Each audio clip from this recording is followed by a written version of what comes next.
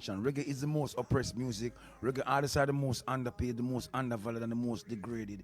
Yet our music possesses the potency to move it, even though. Buju pulled up to the Lot Radio in New York and delivered a smooth but powerful freestyle that immediately caught attention online. This is why people still rate Buju Banton as one of the greatest. No gimmicks, no hype, just pure talent, control, and presence on the mic. Reggae has been such a revolutionary force. What do you think reggae can offer us right now in the moment we find ourselves in this world? The irony of you asking what reggae can offer now is startling because reggae has been offering, but how many people have been paying attention? Reggae is the most oppressed music. Reggae artists are the most underpaid, the most undervalued, and the most degraded. Yet our music possesses the potency to move it, even when you don't want to move, even when you're in a comatose state.